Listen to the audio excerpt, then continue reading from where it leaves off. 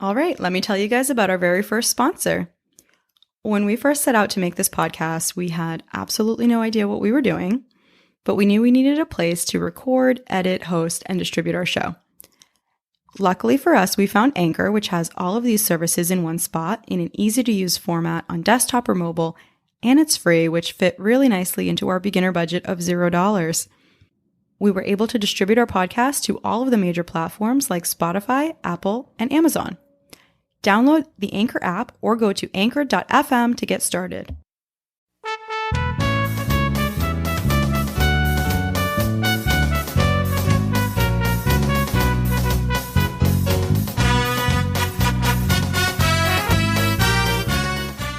It's Mel. And Kel. And this is It's Called Culture. Ever heard of it? This episode has been a long time coming.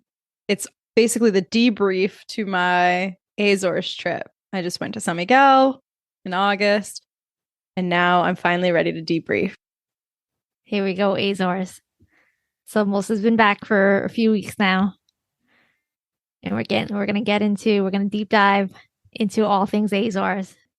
I was literally just taking notes in my phone the entire time that I was there. Like every time I would see something, I would just like write it down in the notes app of my phone. And that's what this episode is, the notes app of my phone that I took on the week that I was in the Azores.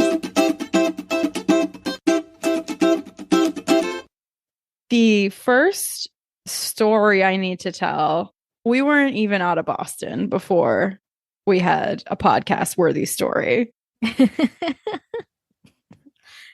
We're ready for it. You know, airports are always a shit show. My parents went on this trip with us. So it was my husband and I, my daughter, my cousin, and my parents. And we booked, my husband and I, like our family booked with my cousin, and my parents booked on their own. They're like, oh no, we're going to just do it ourselves. Like we were booking online, like a normal person, like just, Google flights and then just book them. Right. And they were like, they always use like a travel agent and like that whole boomer thing that they do. Yeah. So they're like, oh, we'll book ours separately. And we just told them what flight we were going to be on. And then they were just going to book that same flight. And so they booked it. Like we never asked any questions or anything like that. We just show up. We get through security. We're waiting for our flight to depart. It's SATA. It's late, of course. I've heard that that's a common occurrence. I'm in conversations, we're hanging out, and my mom had mentioned something about her seat or where she was sitting. Like she had looked at her ticket and she was like, oh, where are you sitting? And I told her what row we were sitting in. And then she said, oh, I'm in row 19. File that away in the back of my brain, right? The night goes on, we got something to eat. We're waiting there this entire time in the airport. We've been in the airport for 4 hours minimum, right? Right. And we're sitting at the gate, and now we're actually about to board. Like you can actually hear them announcing, how many minutes away from boarding we are. My dad goes and pulls out his ticket, and he's like, oh, row 25. And now I'm like, I've connected the dots before they've connected the dots. Mm-hmm. I'm like, my mom told me she was in row 19, and my dad just looked at his ticket and told me he was in row 25. And I just I did like a Jim and Pam from The Office where like I was like looking for the camera. Like, does anyone else see what's going on here? Like, am I the only one recognizing this ridiculousness that's happening in front of me? And so then I brought it up. I was like, they don't know that they're not sitting together. Like because they've separately told me where they were sitting. Right. But they weren't both together, and they weren't telling me at the same time. So they did not realize that they're not sitting together. And so as soon as my dad said row 25, I'm like, 25? I'm like, mom just told me she was in row 19. And my dad thinks I'm like pulling his leg, right? Like he thinks I'm just like making up some story. They have all of their travel documents and printed paperwork. Okay. Like we go to the airport, and I'm literally just like pulling up like a QR code on my phone and like scanning it. Right. Like I don't have a ticket. Right. I don't have any paperwork that I've printed. Right. Exactly. My dad kept like in the weeks leading up to this trip, he kept telling me like, make sure you bring 2 copies of this and 2 copies of your car rental and 2 copies of that. And I'm like, oh my God. So he has a folder, this like little travel agency booklet with his Yeah. passports and all of his printed paperwork for this trip. And so then they start flipping pages and they're looking and they're comparing. She's like, row 19. And he's like, row 25. My mom's face just dropped. I have a video. I started recording as soon as I realized this was happening. And I have a Mhm. great video of my mom's reaction live in the airport. Sorry, mom, we're going to post it. Her world shattered, right? And like now you can start to hear like the announcements, like we're gonna begin boarding, and like as soon as they figure this out, and we're just laughing. We're laughing hysterically. My mom is in like actual distress, and we're just laughing at her because I'm like, oh my God, this is so funny. I cannot believe this just happened to them. Any other person would have just been like, oh, that sucks. It's whatever. My mom was like, no, you don't understand. Like, I cannot fly alone. And we're like, you're not flying alone, though. Like, we're all on the same plane and we're all going to the same destination, right? We're kind of trying to be like, okay, listen, mom. Like, she's like, I'm going to go talk to them. I'm like, you can't go. Who are you going to talk to at this point in Yeah, time? you're Like, we're minutes about to board. away. We're about to board the plane. You're Everybody's seat practically is on the plane assigned. already. Right. I'm like, everybody's seat is assigned already. Like there are it's a full plane. There are no empty seats to go and put you at. So we started asking, we're like, how did this happen? She's like, I don't understand why the girl would do this. I'm like, what girl? So I'm thinking like she went through a travel agent and like the travel agent just decided she was gonna sit them separately. And she's like, the girl at the check-in counter. And I'm like, wait a minute, you waited until you got to the check-in counter, like at Logan, for your, like to give your bags, to give your luggage. You waited till then for them to give you a seat on the plane? I'm like, you have to pick your seats in advance, honey. Right. So the girl kind of your mom, like she didn't do that, right? We were kind of at the end of the line, the check-in line, because Portuguese people, like the check-in counter opened at 6. They were all there at like 2 p.m. Yeah. Right? Yep. You couldn't arrive more than 3 hours early because that's when the check-in counter opened. Yeah. But we got there and we were like at the end of the line. Like the entire flight was in front of us. They're already all there waiting. They had been there for the whole day, I'm sure, waiting. Yeah. And so we were sort of at the end, even though we were there 3 hours early, right? I got to imagine most people pick their seats in advance. If you're waiting till you get to the front of the check-in counter to get your seats, it's like you're just going to get whatever's left. That's on you, right? Yeah. So that's yep. what we were trying to tell my mom. But like in this moment, she was not having it. And she's like, I'm going to go up there and talk to them. And my dad's like, it's too late. Like, I'm not going with you. Like, there's nothing they can do. So she leaves. She goes off to like the gate check now, like where we're board the plane. Right. And she goes Yep. to them. She's gone for a while. And we're just laughing about it. And she finally comes back and she's like, I got it. I got new seats. And we're like, how? How did you get new seats? And she's like, well, they told me that they couldn't do anything because they had already shut their system down. Like they were already like boarding, ready to board the plane. Like we're no longer messing with the seating chart, you know? Like we've already shut down the system. So she told me they couldn't do it. And she's like, I told them that I was having agniage. She literally used the term agniage with the gate check agent and said, I can't fly. Best. I can't fly by myself. I'm having agniage. And the woman was like, okay. She boots the system back up for my mom and starts like shuffling shit around. Who knows what the hell she did? And I couldn't figure out at first what the process was. I'm like, all right, so they just printed you a new ticket, but there's somebody sitting out here with us that has a ticket for that seat. Are you guys going to go like sit on each other's lap? Like, I don't understand.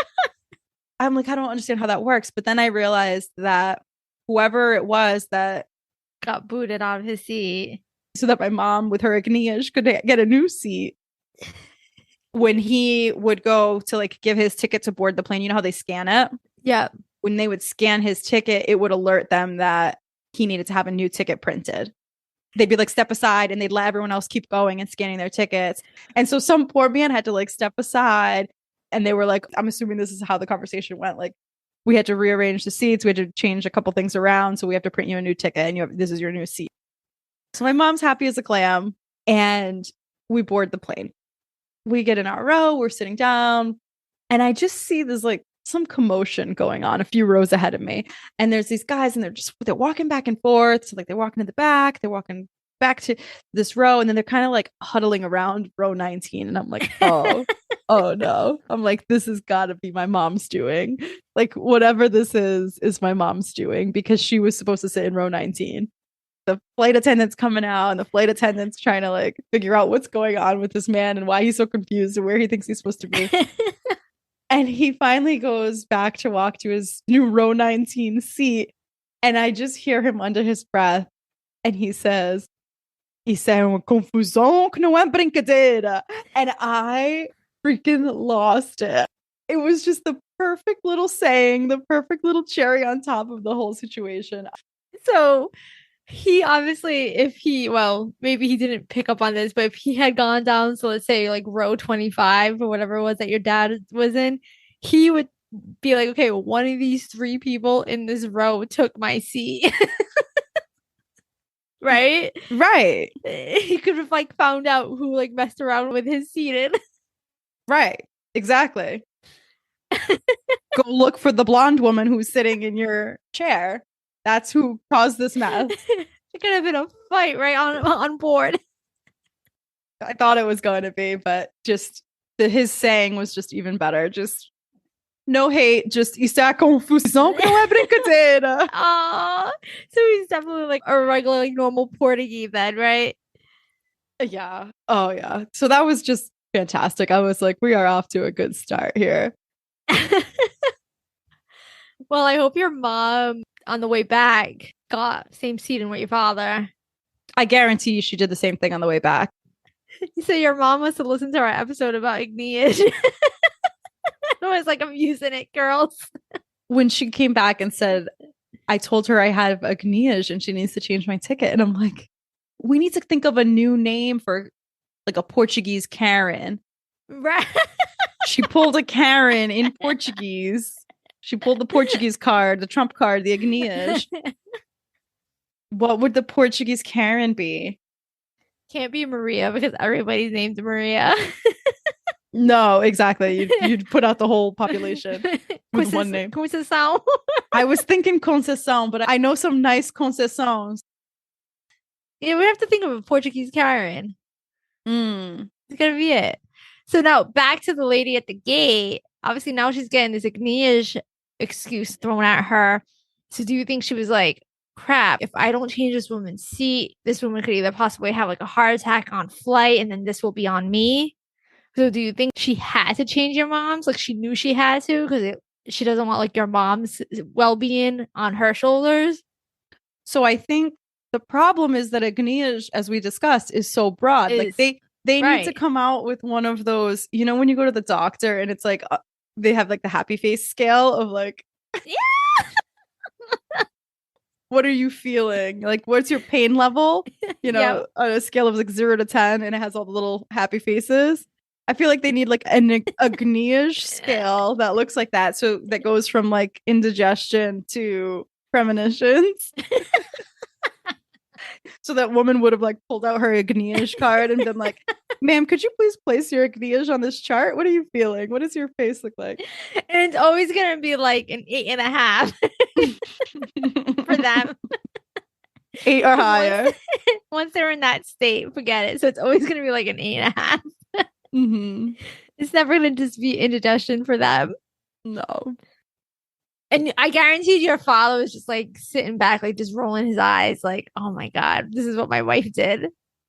Well, yeah, because we were going to make it work for her. Like if she was truly, we were definitely making fun of her and laughing in her face, but we were definitely also going to change our seats. Like my husband or myself or somebody my cousin would have gone and sat by ourselves because we had 4 seats together for us because we booked them like normal people online and chose our seats in advance.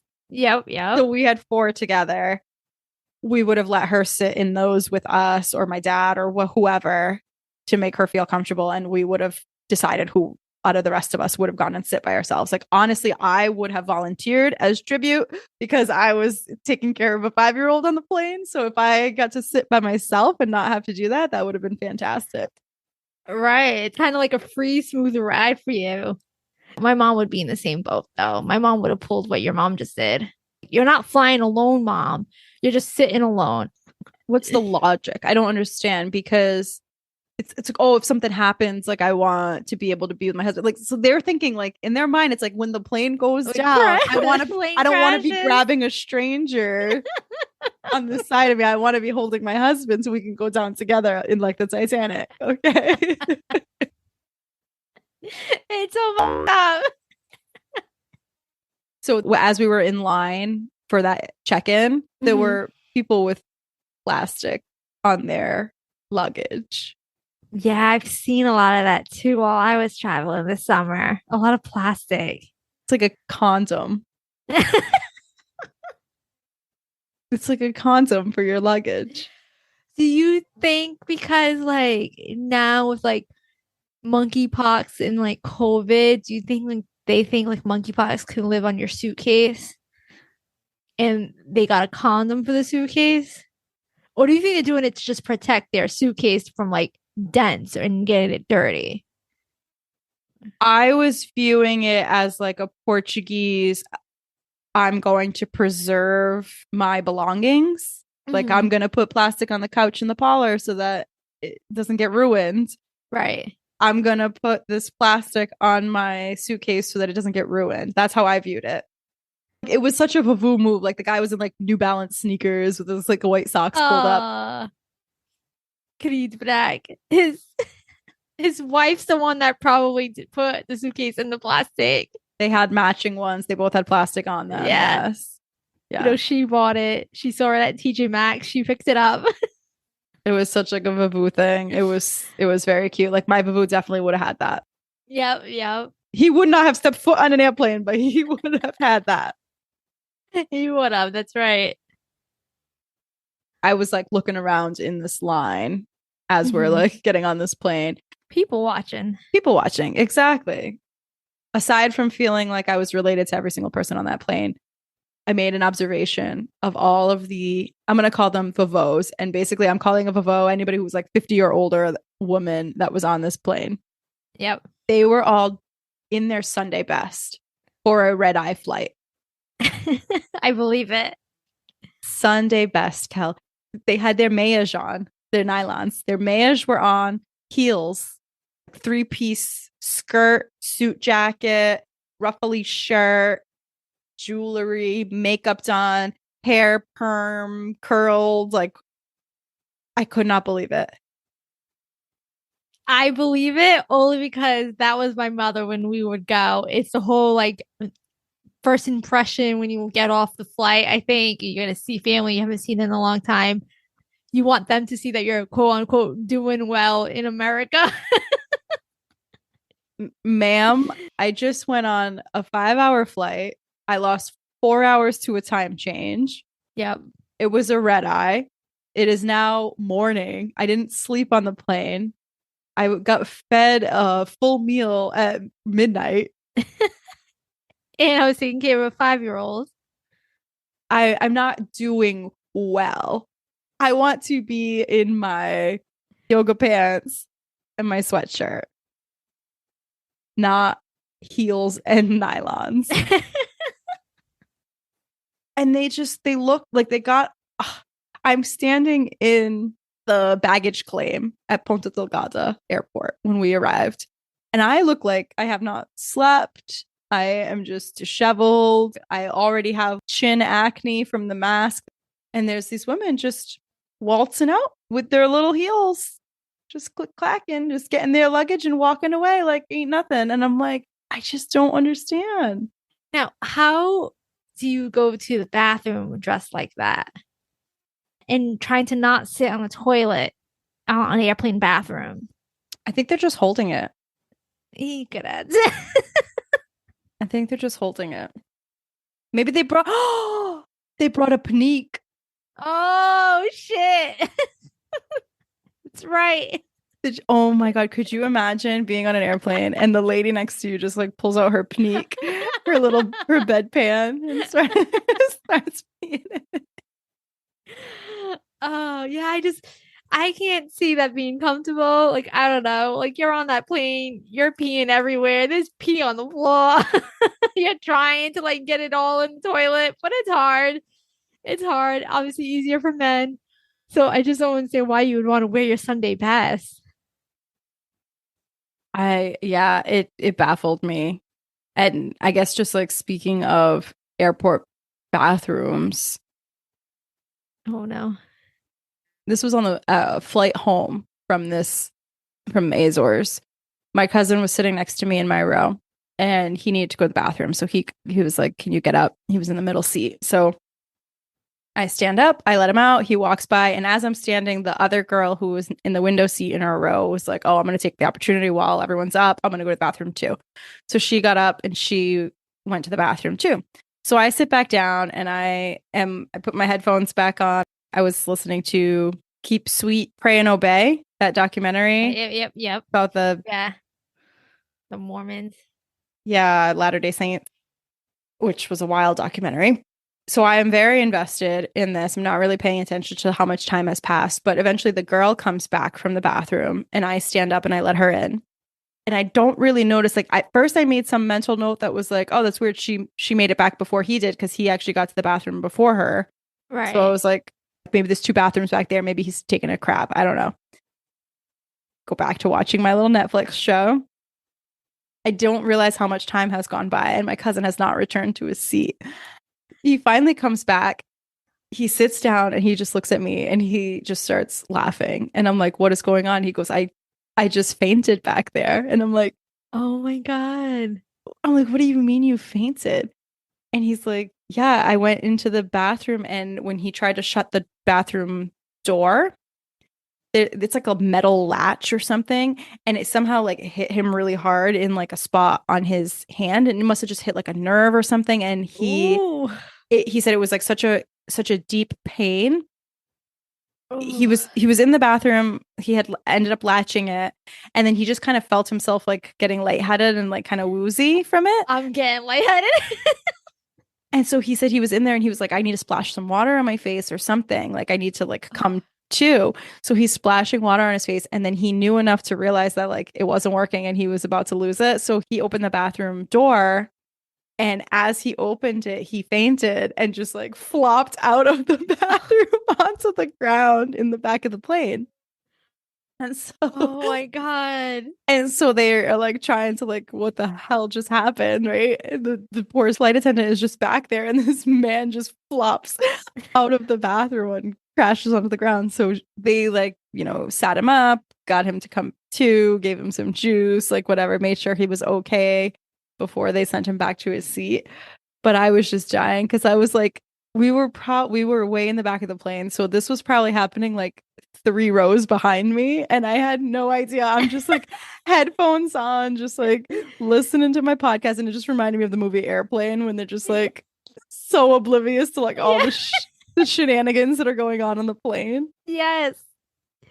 Holy shit. Like you had an actual almost like pretty much a medical emergency and you were totally clueless. Yeah, like my own cousin didn't come back from the bathroom, and I just didn't notice. And they didn't even announce anything either. Well, I assume they were trying to take care of it on their own first before they were asking if there was like any doctors or anything. I couldn't believe that I didn't hear him hit the ground. A thud of a body, right? Yeah, I would think it would be like a noise. So as he's recounting this story to me, like it was like a serious thing. It was like a medical issue, and he's recounting this to me, and I am cackling as loud as can be throughout this plane. And I'm like, oh my god, the flight attendant just probably thinks I'm such an asshole because he just came back and is explaining to me what happened to him, and I am just in hysterics all over the place. Imagine I'm still sitting there with my headphones on watching my documentary, and then I just see them dragging his body across the aisle of the plane to the front or something. Like, You wouldn't even know that he was like dead in the back. They wouldn't even know like who he belonged to. The plane would have stopped for an emergency land and you would have no idea. A stretcher would have came onto the plane. Most is like, okay, I'm just watching Mormons and all these Mormons getting married to 37 wives. That got you more intrigued than actually like what's going on with your cousin. Yes. I did not know how much time had passed. I was just like, how could these people be so brainwashed as I'm brainwashed by my phone to not know what's even going on around me? Oh man. Well, I'm glad he's okay. He is. But anyway, so that's kind of like our airport drama. Actually, a couple more things before we leave airports. On our way home, there was some confusion in the Ponta Delgada airport. A New York flight was supposed to leave 15 minutes before us, and for some reason, the plane never showed up. Don't know what that's supposed to mean, but they needed a way to get these people back to New York. Apparently, our flight wasn't full, and maybe their flight wasn't super full. So they decided they were going to merge the two flights and put all of the New York people on the Boston flight and have them deal with connections to New York once they got to the US. They changed everybody's seating and blah, blah, blah. Right. Mm-hmm. So now our flight was packed because they just combined two flights onto one. And we're all trying to get through to board this plane. And I see two workers walking by. They're like on their break and they're just walking by and they look at us, this whole group of people all trying to get on this plane.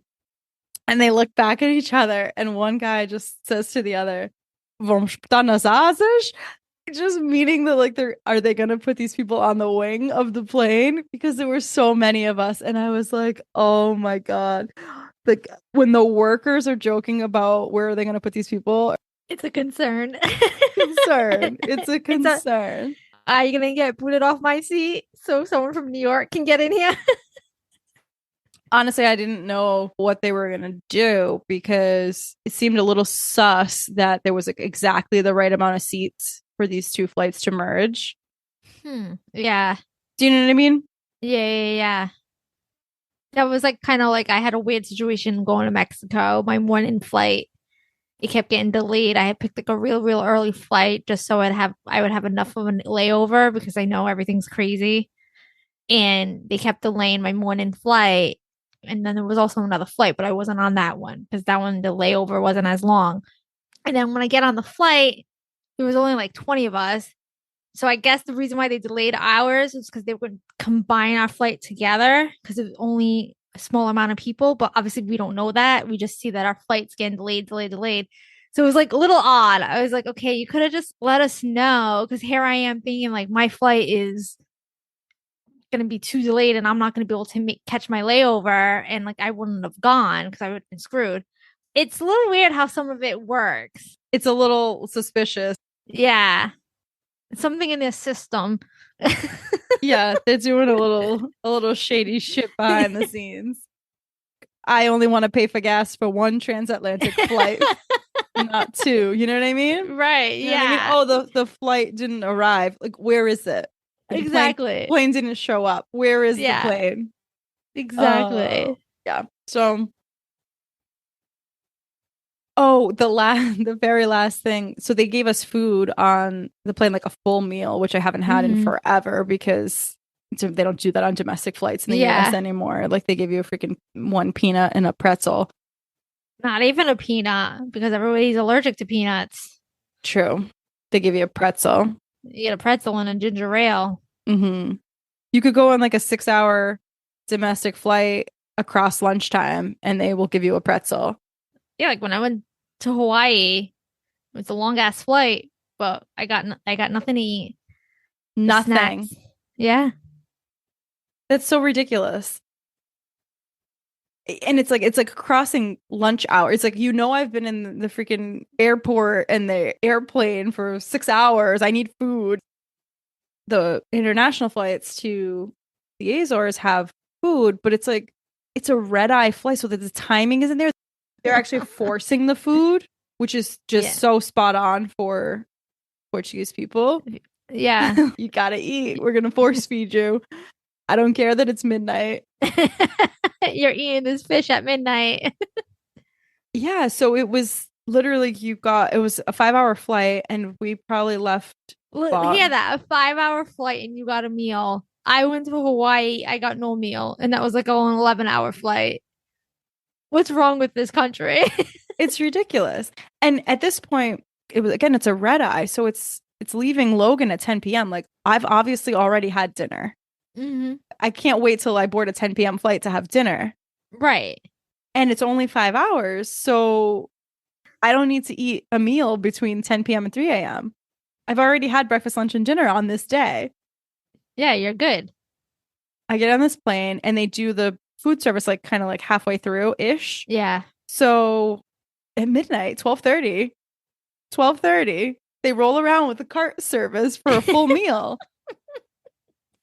And I'm talking like a salad with a like a beef and a potato and a popsuck with a Yeah. Oh butter. yeah. The works. And there's these like little Portuguese men in the rows on the side of me, and they're ordering like a glass of red wine with their airport meal at 12:30. And I'm like, Snood, you're gonna have some heartburn tomorrow. They don't care. They'll deal with it while they're out there. So when I went to Thailand, I got two meals because that was a long ass flight. It was like a 20-hour something flight. So I actually got two meals and they were really good. But it just kills me that like from Boston to Hawaii, you don't get anything. Borderline criminal. Yeah. But I feel like growing up, they would feed you They during did. domestic. I'm like, I'm pretty sure I remember this. They did. They used to. Yeah. What's going on? What's going on, airlines? That's my rant. So we got a lovely, very lovely meal on the plane on the way there. I just ate it all up. Thought it was delicious. Didn't care that it was plain food. Did people get sick? Just like the movie Airplane? No, and I think we all had the same meal too. What did we have tonight? Well, the choice was fish or chicken. Ah, yes. Had the lasagna. Classic movie. If you haven't watched it yet, guys, you need to watch it. Airplane. So if I'm doing like a food review of the food on the airplane, my one complaint, which we do need to think of that Portuguese Karen name because I would my put on my Portuguese Karen hat. And my one Yeah. complaint was that on the way home, it was very warm in the plane, right? So I get my meal. I don't connect the dots enough to know that this was You're going to not happen. connecting anything on this flight, are you? The only thing you're connected to is your phone. But I did not connect the dots enough to see that this was a possibility or that this was going to happen. I was going to eat my little pupsuck that they gave with butter. And so I go to peel the cover off of this butter container and I'm just kind of like opening it willy-nilly, I would say, because I'm not expecting it to be in liquid form. Oh shit. But it was so hot that the butter melted. So like I ripped the cover off this thing and I just get a lap full of butter. Like just Oh man. all over my clothes. And it just like left this gigantic like pee stain on my dress. Again, you shouldn't be wearing your Sunday best. No, no, What I was would wearing just happen? like a little $5 maxi dress, but it got like stained from the butter. And I was like, damn it. Oh shit. So there goes your butter for the ponce. No. So then I like looked at my cousin and I was like, hey, that's melted. When you open that, just maybe don't do it over your lap. As I did it, I was like, oh, I wish they would have told me. Like, I don't care that the butter's melted. Could care less. If you could like dip your bread in some melted butter, that would be great. But it was just that I didn't know it was melted. So like if they had just been like, the butter might be a little melted, just be careful when you open it. So after I did this, I made this freaking mess of the butter. I was like listening and like looking around to like see if anyone else was gonna F up with the butter. And you could just hear whispers like down the aisles, and it was like tortilla. Like everyone was complaining about the manteiga tortilla. Aww. So a lot of people got butter all over them. Mm-hmm. Yep. All right. So something that was weird on our trip home, I think more so than our trip there. I was just having this like existential crisis about like time and time zones and the earth spinning. So on the way back, we left at let's say 7:30 p.m. or something to that effect. Like it was almost the sun was almost about to set. Then we were traveling back to Boston which is going backwards in time zone wise. It was a 5 hour flight, 4 hour time zone difference. It was like they almost canceled out. Yeah. Let's say you left Ponta Delgada at 7, you were going to arrive in Boston at 8 p.m. after a 5 hour flight because of the time zone change. Because of that and the timing of when the flight was, it was like it was supposed to be getting darker, but it was daylight for our entire flight because we were just like flying backwards and the sun just never set. It was just wild to me. And so my cousin and I, we always like to get into these like weird conversations about stuff like that. And I'm like, oh my God, it's so weird. It's like sunny this whole flight and it should be dark and like it's blowing my mind. And he's like, are we moving on this plane or are we just still? And the earth is just rotating underneath us. And I was like, whoa. You guys are like two stoners. You guys are not stoners, but you guys are like two stoners having this conversation. Like wilding out. My sleep deprived brain at that point like could not handle that information. And I was like, oh my gosh, we're not even moving. Like the earth is turning underneath us. And like it was just the wildest thing. That was like with Iceland when we like landed. I think it was like just like regular time, like 9 a.m. So it should be like daylight. It was pitch black still out there. I had such a hard time that week because I'm like, I'm waking up and it's pitch black. So I'm like, what the F? I was all screwed up. My whole sleeping and everything was a mess that whole week. The sun doesn't come up until like around like 11 or 12, whatever it was. And I was like, this is throwing me off. So do they still follow sleeping habits by the daylight hours or do they just do it based off of like clock time? So we were trying to figure that out. So like, when we first got there, we were into like the mountainside, so we didn't like see a lot of people because we're kind of secluded. But then when we got into the city, we're like, all right, let's observe this and see how this works. We would see kids walk into school. They walk into school and it's pitch black. And I'm like, this is wild. Like we actually had parked near like the parking lot of the school for our Airbnb. I saw these like, these kids with their backpack and it was like snowing. It's pitch black out. And I'm like, holy shit, I would have hated going to school because at least here it's daylight kind of quote unquote wakes you up. But imagine like waking up and going to the school and it's still dark out. I could never. Isn't that like Alaska's the same thing too? A certain part of Alaska that it's like just pitch black. Or they have like either pitch black around the clock or it's daylight around the clock or something to that effect for parts of the year, I think. Yeah. I'm like, oh my God, my depression. Would it be good? My seasonal depression. That's just so bizarre to me. Just makes me feel that like time is so unnecessary and daylight saving time and like all that crap. And it's just like just let's all just collectively decide that we're gonna wake up when the sun comes out and we're gonna go to bed when it gets dark. Let's just all do that. Like, let's not concern ourselves with time. Isn't the farmers use a daylight savings time?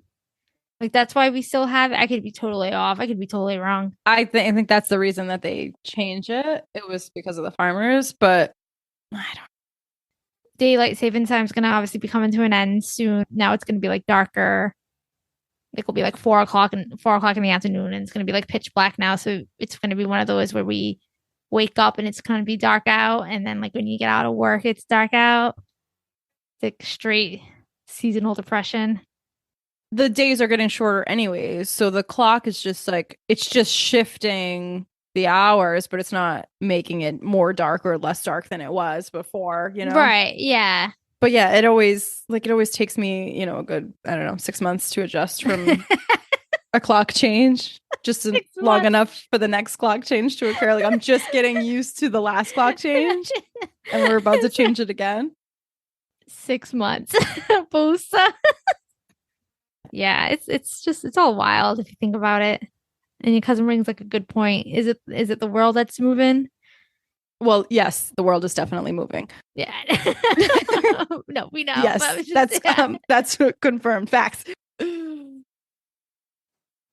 Aside from my trip, a story that I told it maybe on Twitter and then I think we shared it on some of our socials, but if anyone hasn't seen that yet, My dad told me a story about how my grandfather once took a flight from the Azores to Boston and brought a fig tree with him.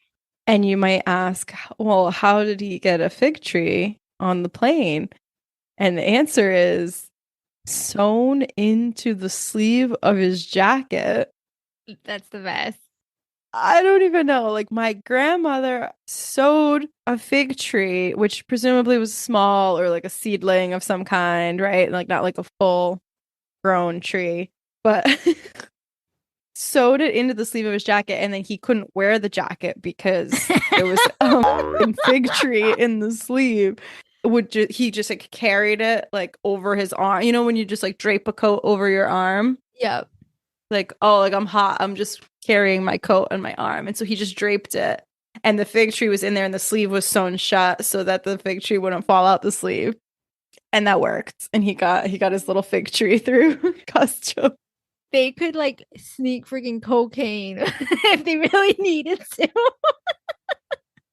There's things that they like worry about that like aren't really a concern for customs. Like they worry about dumb shit, Yeah. Yeah. like your dad's ham. Then they don't worry about the fig tree when like I'm pretty sure like agricultural items are like the number one thing that like customs like wants to put the stop to. Do you want to know if you have like any fruit or anything? Right. So you had posted that to our Instagram, and one of our followers, he actually messaged us and he said that his mom flew into JFK from Lisbon with a small banana tree in her waistband. And he said the same thing. Like his mom told customs, like, no English. So it's like, how do you do like a banana tree? And how do you do like a fig tree? Okay, if you don't get caught, great.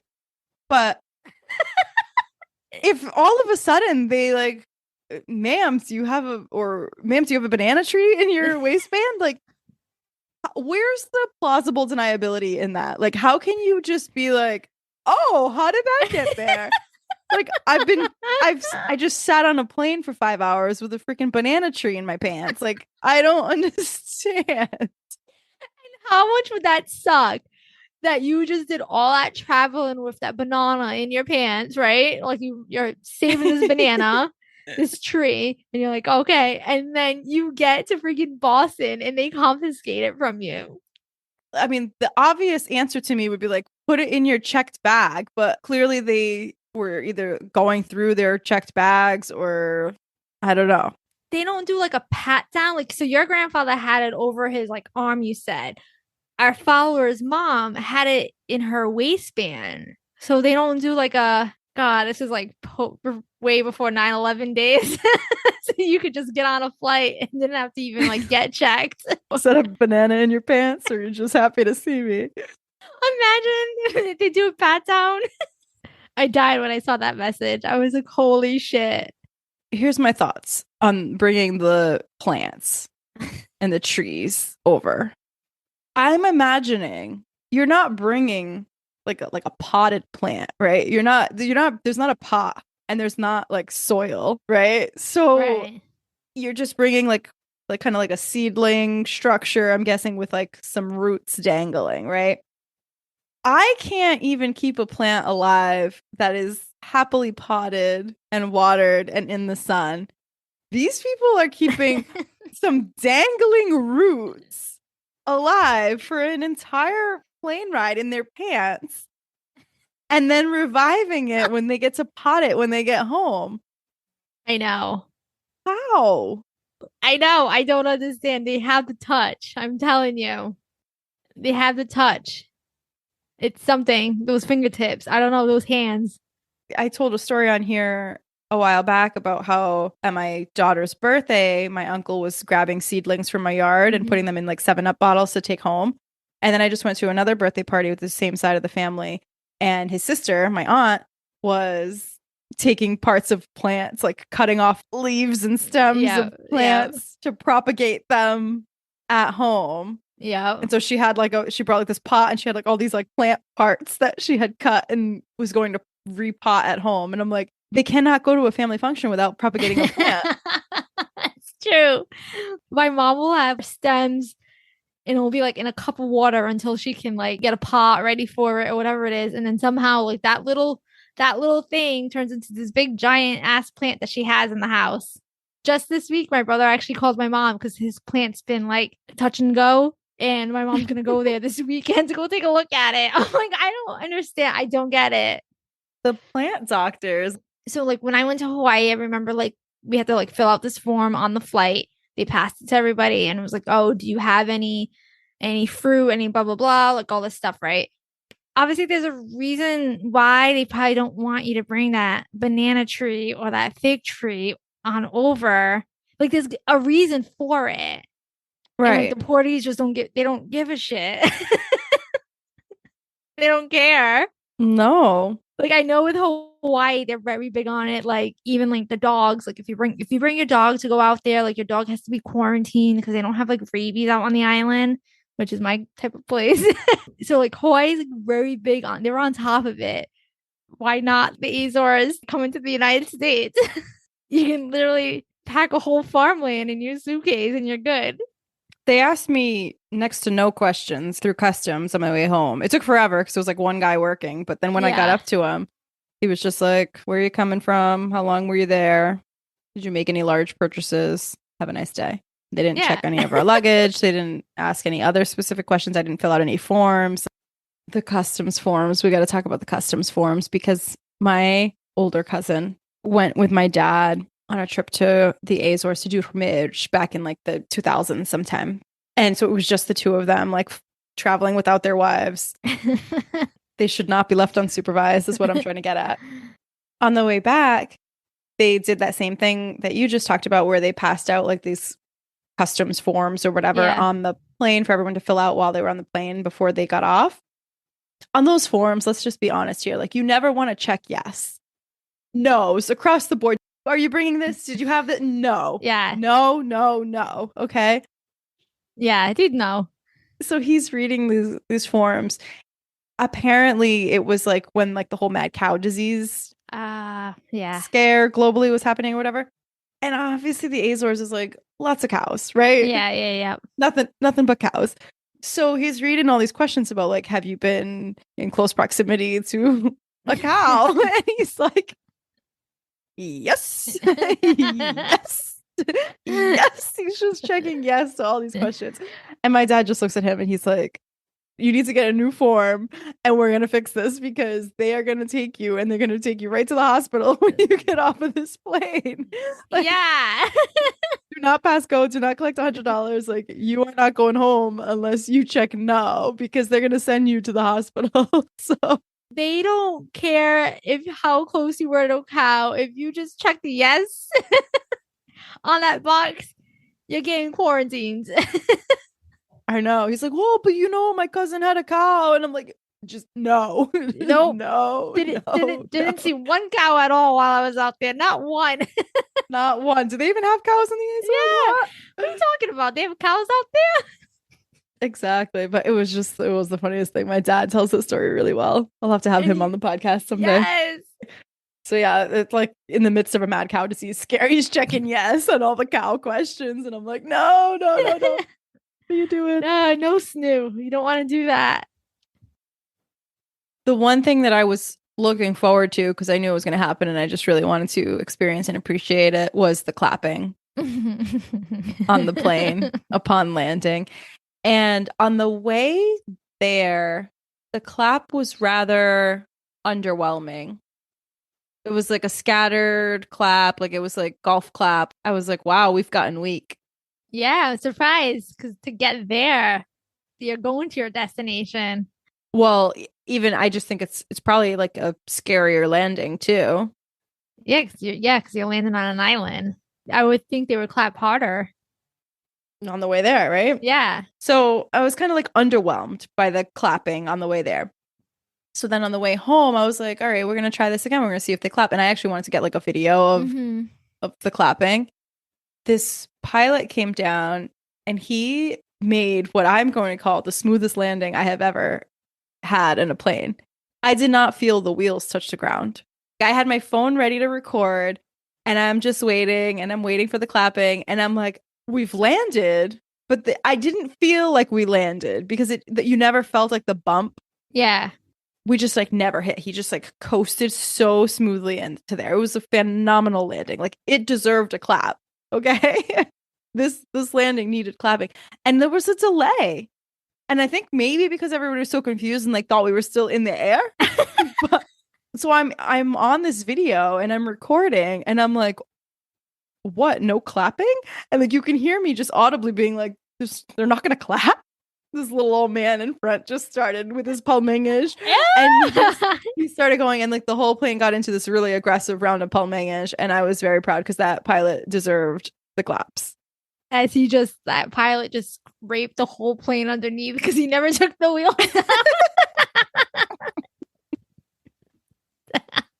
just scraped the whole thing. Oh man, yeah, I know the clap is always a must. It's always with the Portuguese people anyway. Never happened on any other flight I've ever been on. Just always on the way to Portugal. It's weird because like if you look it up, because I tried to figure out if that was like a cultural thing, if it was like only Portuguese people do that, and it's not. Like every culture claims it as like their own thing. Yeah. Like, Italians are claiming it as like Italians clap on planes, but then Irish people are claiming it. I think where it doesn't happen is like you're flying domestically in the US. We're not clapping for that. Yeah, but like none of my other internationals we clap. So maybe just No, my people on board didn't. Like I went to Ireland, nobody clapped. I'm trying to figure out like why do some flights have it and some don't. And when we go to the Azores from Boston, every single person on that flight is Portuguese. Yeah, yep. Right? Yeah, you might have like a couple of like non-Portuguese that are going out there for vacation. Not even. But they're not there. They're not going. But it's just like collectively, like you're just like one whole uniform culture on a plane going to this destination. So they're gonna all clap. And they feel comfortable clapping around each other because they all know they're gonna clap. And it's just the amount of rosary beads that was probably on that flight. It's just right. The limit does not exist. They probably all were praying a full rosary. Yep.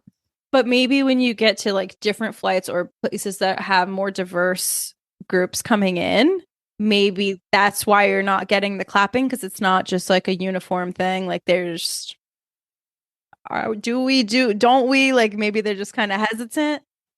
Oh yeah, like I'm sure there are people on the flight that like would clap. Right. But I think it takes like the one person to do it, and then maybe because like no one does it, they're like, oh, I guess we're not clapping that the pilot landed. Let us know, listeners, if you've been on an international flight besides Azores. Let us know if there's been clapping, because I'm interested. Because none of that I've been on, there was no clapping at all. So from clapping to praying that the pilot is at a good headspace to land that flight. Let's jump into our segment. It's called Mental Health.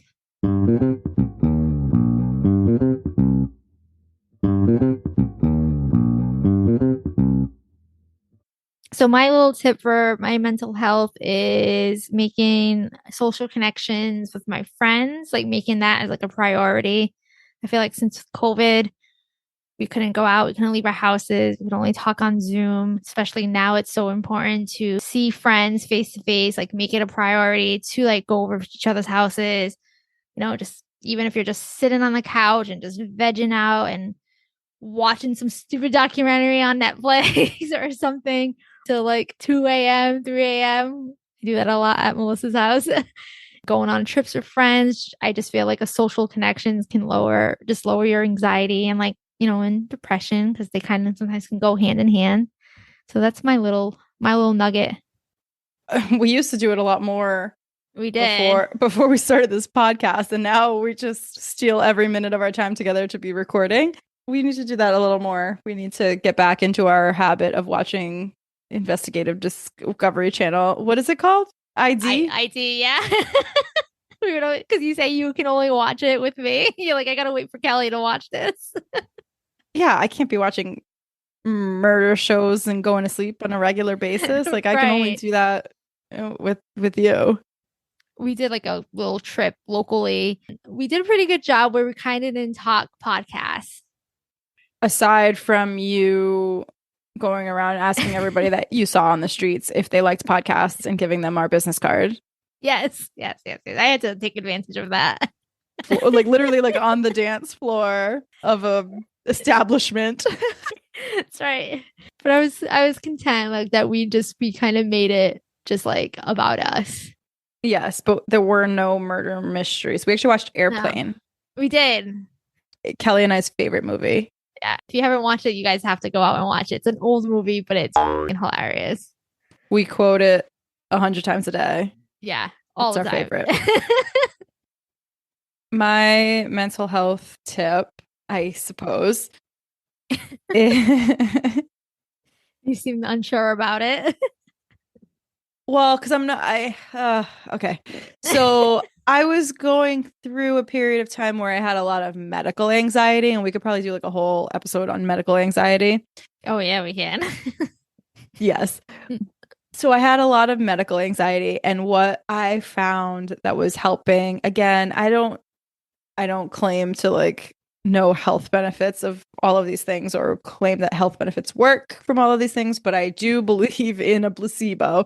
Yeah. And so for me, a lot of the things that I was doing at that time could be placebos, but it felt like it was an actionable step that I was taking to help my mental health, and it was calming just because of that. Yeah. So for whatever ailments I thought I had at the time, I stumbled upon golden milk, which is kind of nasty. I don't want to sugarcoat it. There's You're no a milk person though. I think golden milk is tough even for a milk person Okay. because it's hot. You heat it in the microwave and then you put turmeric in it. That's why it's called golden milk, because it turns at this like goldy orangish color. And I'm trying to explain the taste of turmeric if you've never had it, because it is not good. But the worse it tasted, like the higher the placebo effect in my brain. So it was Okay. like, oh, this is really bad. It must be really good for Yeah, me. yeah, Like yeah. it must really be working on my body, you know? I was probably putting too much turmeric in the milk, to be completely honest with you. Because I think you only need like a sprinkle. Yeah. I think it's more like a little goes a long way kind of thing. And I bought like a 10-pound bag on Amazon because I was convinced that this was going to solve all my problems. And did you just pick this up on like just reading it online? Like, did you see this online? And you're like, oh, let me try this. Yeah, Okay. It was the Google. And I guess the second part to my mental health tip would be just avoid the Google. Yeah. In relation to medical anxiety, just avoid the Google at all costs because it doesn't take you anywhere good. But for me, the golden milk was a nice placebo. And I do think if you look it up, I think it does actually have benefits. Maybe just don't put as much as I put in my milk. Right. And we're not doctors, so just if anything happens, can't come at us. We're not doctors, so reach out to your Yes. doctor if this is something you're interested in and you're unsure. We are not doctors. Please discuss with your doctor if turmeric milk is right for you. Yes, perfect. But you probably just allowed your mind to think that it was working. And I guess like if you're allowing your mind to think it's working, then hey, it's been working. That's it. There's nothing wrong with a placebo. No, because like all the anxiety is just in your mind or created by your mind anyways. So why not undo it by tricking your mind, you know? Yeah. Great. That's It just awesome. feels like an actionable step that you're taking to manage it. So even if it's not physically doing anything, it's like mentally helping you. Yeah. You know? Yeah, yeah, yeah. I'm not a milk person, so I don't know if I'll try it. This was like years ago when I was doing this on the regular. Once I sort of like rid myself of anxiety, Yeah. I got rid of the 10-pound bag of turmeric. But I just ordered turmeric last week at the grocery store and it came in, and I'm now like seasoning my food with it and stuff like that. So I may have to go back and try golden milk again. Okay. in moderation now. The next time I come over, we should try it. We should try it. You're not going to like it. Yeah, no, I know. I'm not gonna like it, but I'll try it with you. I've actually acquired a taste for it, but like a few years ago when I was drinking it, I thought it was like the nastiest thing ever. It tasted like a velvet couch. Mm. That's all we've got for today. We will continue to sort of debrief on. I have lots of stuff to talk about from my trip to San Miguel about the culture and things I observed there and tips and all kinds of stuff. So we'll get into that in our next episode. So it's about that time. Thanks for listening. If you're enjoying our podcast, please just give us a review on whatever platform you're using to listen to us. You can also visit our website. It's folkandfad.com. We have transcripts available there of every episode. And you can also send us an email, mail@folkandfad.com. Or you can hit us up on Twitter. Same handle there, folkandfad. And for Instagram, you can follow us at _it's called culture.